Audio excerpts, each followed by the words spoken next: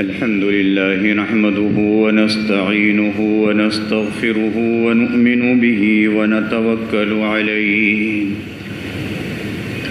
ونعوذ بالله من شرور أنفسنا ومن سيئات أعمالنا من يهده الله فلا مضل له ومن يضلله فلا هادي له ونشهد أن لا إله إلا الله وحده لا شريك له ونشهد أن سيدنا ونبينا ومولانا محمدا عبده ورسوله صلى الله تعالى عليه وعلى آله وأصحابه وسلم تسليما كثيرا كثيرا.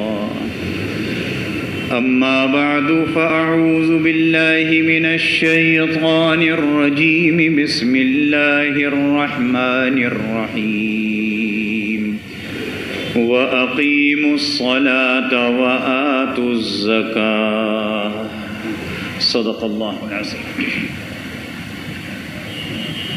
بزرگان محترم اور برادران عزیز،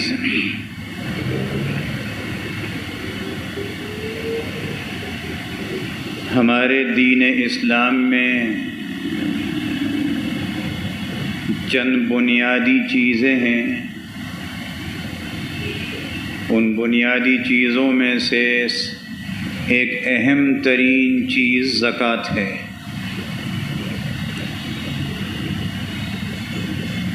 اور اس زکوٰۃ کے لفظ کو قرآن کریم نے تقریباً 32 مقامات پر نماز کے ساتھ ذکر کیا ہے. جیسے ابھی آیت تلاوت کی وَأَقِيمُوا الصَّلَاةَ وَآتُوا الزَّكَاةَ، بالکل ملا ہوا 32 مقامات پر. اور یہ زکوٰۃ ایک عبادت ہے، مالی عبادت ہے. نماز بدنی عبادت ہے.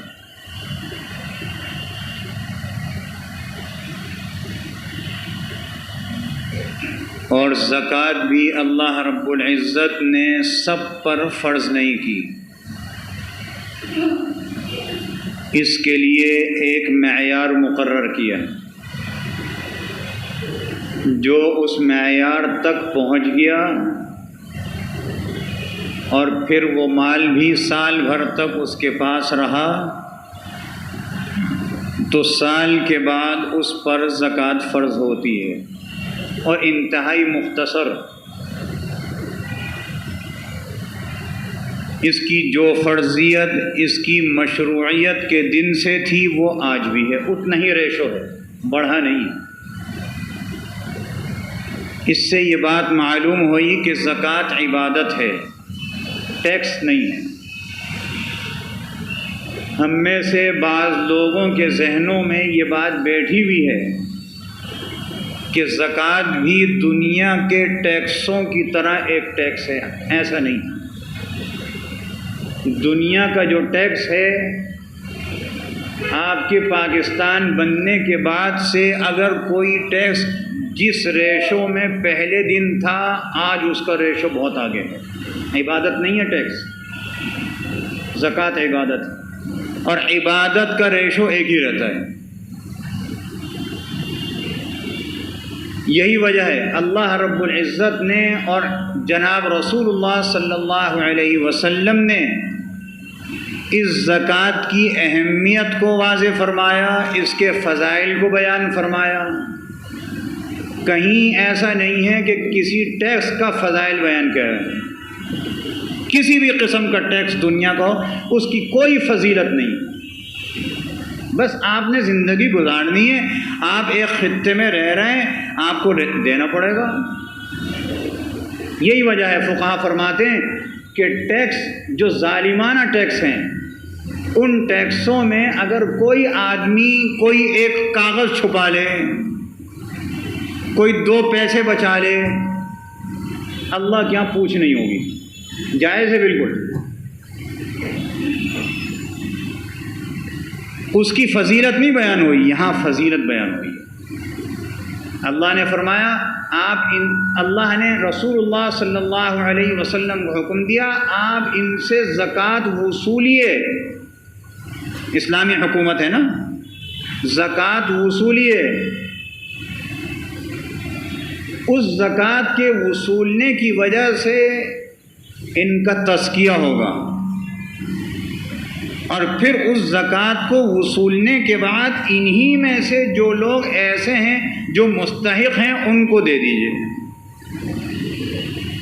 2.5% 40واں حصہ یہ زکوٰۃ دی جائے گی، جن کو دی جائے گی وہ بھی ہم میں سے ہیں، باہر کے نہیں ہیں۔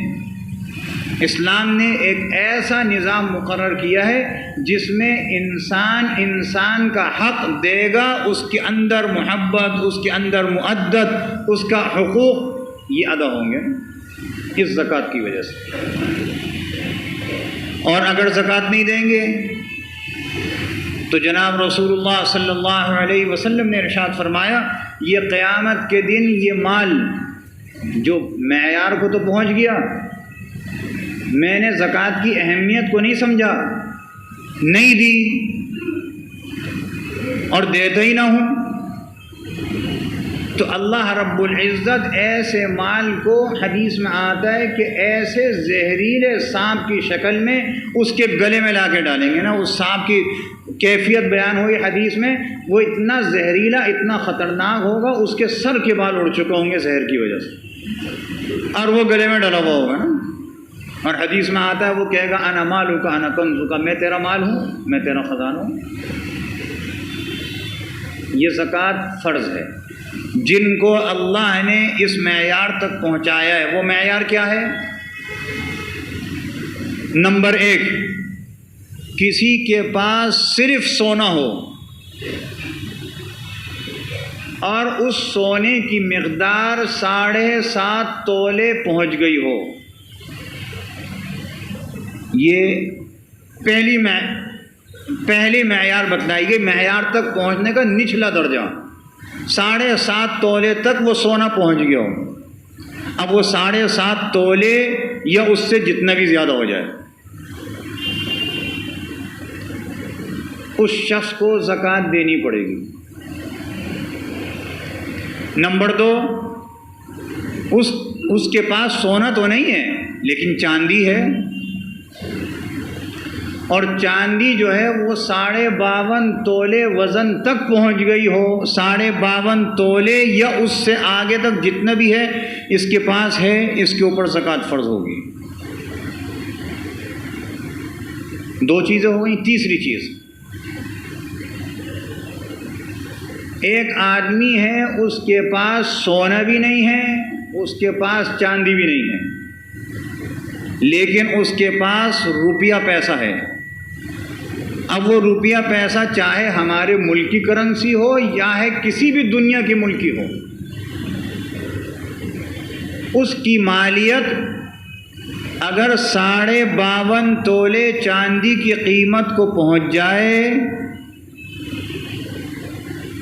اور یہ کرنسی اس کی ضرورت سے زیادہ ہو تو اس کے اوپر بھی زکوٰۃ فرض ہے۔ چوتھی چیز، ایک آدمی ہے اس کے پاس مال تجارت ہے، سونا بھی نہیں ہے، چاندی بھی نہیں ہے، اور کرنسی بھی اتنی مقدار میں نہیں ہے، لیکن مال تجارت ہے، اور مال تجارت اتنا ہے کہ اس کی قیمت 52.5 تولے چاندی کی قیمت کو پہنچ چکی ہے، اس پر بھی زکوٰۃ فرض ہے۔ 4 چیزیں ہوئی۔ 5ویں چیز، ایک آدمی ہے جس کے پاس نہ تو سونا 7.5 تولہ ہے، نہ چاندی 52.5 تولے،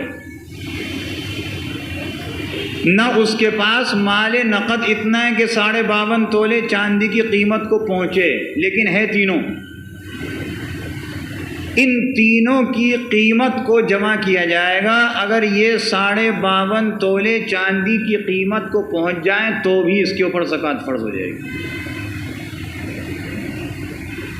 سونا چاندی ایک معیار بتلا دیا نا، 7.5 تولے 52.5 تولے. اب ہمارے پاس روپیہ ہے تو روپیہ ہماری ضرورت سے زیادہ، جو ہم نے خرچ کر لیا اس کا کچھ نہیں ہے، وہ ختم. جو ہماری ضرورت سے زیادہ ہے وہ 52.5 تولے چاندی کی قیمت کو پہنچتا ہے. یہ معیار بتلایا شریعت نے کہ اتنا مال ہوگا تو زکوٰۃ فرض ہو جائے گی، اور یہ مال سال بھر تک اس کے پاس موجود ہو. مال تجارت میں تو یہ ہوتا ہے، تجارت کا مال ہے وہ فروخت ہو گیا، دوسرا اس کی جگہ آ گیا، چوتھا آ گیا، 5واں، 6واں، 10واں. اس سے جو آمدنی ہوئی، جتنا خرچ کر لیا، جتنا اس کی ادائیگی میں چلا گیا وہ ختم. جو بچا ہے سال کے بعد اس پر زکوٰۃ فرض ہوگی، اس میں سے زکوٰۃ دینی پڑے گی. ایک آدمی ہے، یہ ہمارے روزمرہ زندگی میں ہوتا ہے، ہماری ضرورت کی چیز ہے. وہ ضرورت کی چیز یہ ہے کہ ایک آدمی کمیٹی ڈالتا ہے. کمیٹی کی حیثیت کیا ہے؟ اس میں قرآن اندازی سے جس کا نام نکلا اس ممبر کو اس کی رقم مل گئی. تو جس ممبر کو رقم ملی ہے اس نے ساری رقم تو نہیں دی ابھی، تو جتنی جمع ہوئی تھی اس کو جو ملی، باقی کا وہ مقروض ہو گیا نا. جتنے ممبر ہیں سب کا مقروض ہے. اور میرے پیسے جو تھے وہ اس کو مل گئے تو میں قرض دینے والا ہو گیا. اب یہ جو کمیٹی کی رقم جمع ہو رہی ہے مجھے تو ابھی نہیں ملی، اور میرا وقت آ گیا زکوٰۃ ادا کرنے کا، تو جتنی رقم میں کمیٹی میں دے چکا ہوں اس کی بھی زکوٰۃ جائے گی. وہ تو جمع ہو رہی ہے نا ایک جگہ، مجھے تو ابھی ملی نہیں، میں نے تو ایک جگہ جمع کرائی ہے، ادھار دی ہے. یہی وجہ ہے ایک آدمی نے کسی کو ادھار دیا ہو اور جب اس کے زکوٰۃ دینے کا وقت آئے گا تو اس ادھار پر بھی زکوٰۃ دینی پڑے گی جو ہم نے کسی کو دیا ہوا ہے، نقد دیا ہوا ہے نا. اب ایک آدمی ہے ادھار دیا ہوا ہے لیکن جو مقروض ہے وہ واپس ہی نہیں کرتا، اور محسوس یہ ہوتا ہے کہ شاید اب واپس نہیں ہوگا. تو جب یہ محسوس ہو کہ اب واپس نہیں ہوگا تو پھر اس کی زکوٰۃ نہیں دی جائے گی جو رقم دی ہوئی ہم نے ادھار. ہاں اللہ نے اس کا دل کبھی بدل دیا، اس نے آپ کو دے دی تو جتنے سال کی اس کی زکوٰۃ نہیں گئی اس کو دینا پڑے گا. یہ مسئلے کی بات ہے. اس لیے اس زکوٰۃ کے مسائل کو سمجھنا چاہیے. ہمارے ذہنوں میں ایک غلط فہمی اور بھی ہے، کیونکہ ہم حساب کتاب کے جو ماہر ہیں وہ شمسی حساب سے، سورج کے حساب سے، جنوری فروری کے حساب سے. اللہ رب العزت نے بعض حساب کتاب سورج سے رکھا ہے، نمازوں کے اوقات کا حساب سورج سے. کب کتنے بجے سورج نکلے گا، فجر کا وقت ختم ہو جائے گا. کتنے بجے صبح صادق ہوگی، فجر کا وقت شروع ہو جائے گا. کتنے بجے کس وقت سورج غروب ہو جائے گا، مغرب کا وقت شروع ہو جائے گا. اس کا تعلق ہے نماز کا سورج سے. یہی وجہ ہے کہ اوقات نماز کے جتنے بھی نقشے ہیں اس پہ آپ نے اوپر لکھا ہوا دیکھا ہوگا دائمی. دائمی کا مطلب ہمیشہ. سورج کا حساب نہیں بدلتا، جس تاریخ کو نکل رہا ہے اس تاریخ کو آئندہ کبھی بھی نکلے گا اتنے ہی بجے نکلے گا، اسی جگہ سے نکلے گا جس جگہ سے نکل رہا ہے، اسی جگہ غروب ہوگا جس جگہ غروب ہو رہا ہے. یہ غروب کے مقامات ہٹتے رہتے ہیں تھوڑے تھوڑے تھوڑے تھوڑے، اسی طرح نکلنے کے مقامات. اور بعض عبادات کا تعلق، بلکہ اکثر عبادات کا تعلق چاند سے رکھا ہے. حج کا تعلق چاند سے ہے، رمضان کے روزوں کا تعلق چاند سے ہے، عیدین کا تعلق چاند سے ہے، اور زکوٰۃ کے حساب کا تعلق بھی چاند سے ہے. ایک آدمی اگر یکم محرم کو صاحب مال بنا اور 1 سال تک اس کے پاس مال رہا تو آئندہ سال جب یکم محرم آئے گا اللہ کا حکم آ جائے گا وَآتُوا الزَّکَاۃَ، زکوٰۃ دو. سال ختم ہو گیا، زکوٰۃ دے دے. ہمارے ذہنوں میں بات یہ بیٹھی ہوئی ہے کہ ہم نے زکوٰۃ رمضان میں ہی دینی ہے. اگر کسی کا سال رمضان میں پورا ہوتا ہے تو وہ الگ بات ہے، تو ٹھیک ہے. لیکن کسی کا سال پورا ہوتا ہے محرم میں یا ربیع الاول میں یا کسی بھی مہینے کی کسی تاریخ کو، تو اسی تاریخ پر اللہ کا حکم آ جائے گا وَآتُوا الزَّکَاۃَ، زکوٰۃ دو. اس کا تعلق رمضان سے نہیں ہے، اس کا تعلق ہے سال پورا ہونے سے. اور جب سال پورا ہو گیا آپ کے اوپر زکوٰۃ فرض ہو گئی. اس لیے حساب کتاب لکھ کے رکھا کیجیے، اور جب سال پورا ہو جائے تو پھر آپ زکوٰۃ دینے کی فکر کیا کیجیے. پھر اللہ رب العزت نے ہمیں کتنی سہولت دے دی کہ اللہ رب العزت نے ہمیں بتلا دیا کہ زکوٰۃ کس کس کو دینی ہے، کس کس کو نہیں دے سکتے. یہ بتلا دیا نا، شریعت نے ہمیں بتلا دیا. ورنہ ہم تو یہ سوچتے رہتے دیں کس کو نہ دیں. میں ایک اصول بیان کر دیتا ہوں، باقی انشاءاللہ آئندہ جمعے. ایک اصول سمجھ لیجئے، زکوٰۃ جس کو دی جاتی ہے وہ فقیر ہوگا، مسکین ہوگا، ضرورت مند ہوگا، لیکن شرط یہ کہ مسلمان بھی ہوگا.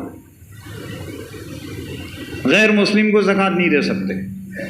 عاقل ہوگا، بے وقوف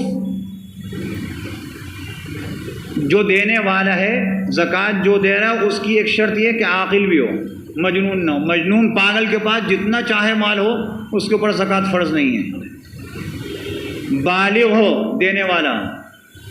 اگر بچہ جو ہے اس کی وراثت میں اس کو مل گیا مال، بہت مال ہے اس کے پاس، جب تک بالغ نہیں ہوگا اس کے اوپر زکوٰۃ فرض نہیں ہوگی. جس دن بالغ ہوگا اس دن سے زکوٰۃ فرض ہوگی، پہلے کی نہیں دی جائے گی. اب ہم جب زکوٰۃ دے رہے ہیں تو سب بتلا دیا نا کس کس کو دے سکتے ہیں. فقیر ہو، مسکین ہو، ضرورت مند ہو، حاجت مند ہو. اللہ نے اس کی پوری فہرست دی ہے سورہ توبہ میں.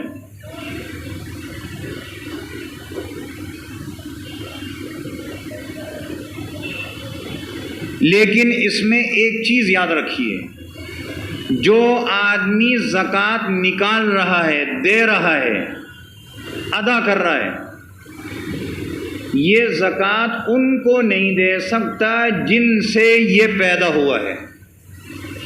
اصول ہے، اور یہ اس آدمی کے اصول ہیں. اصول کیا ہیں؟ ماں باپ، دادا دادی، پردادا پردادی، سگڑ دادا سگڑ دادی، اوپر تک چلے جائیے، نانا نانی، پڑنانا پڑنانی، اوپر تک چلے جائیے. یہ ان سے پیدا ہوا ہے. اگر اس کی زندگی میں یہ لوگ موجود ہیں تو ان کو زکوٰۃ نہیں دے سکتے. ان سے پیدا ہوا ہے نا، اصول ہیں. اور اس آدمی کے کچھ فروع ہیں، کچھ شاخیں ہیں. وہ کون ہیں؟ جو اس سے پیدا ہوئے، جو زکوٰۃ دے رہا ہے، اس کی جو اولاد ہے اس سے پیدا ہوا ہے نا، اس کو زکوٰۃ نہیں دے سکتا. وہ کون ہے؟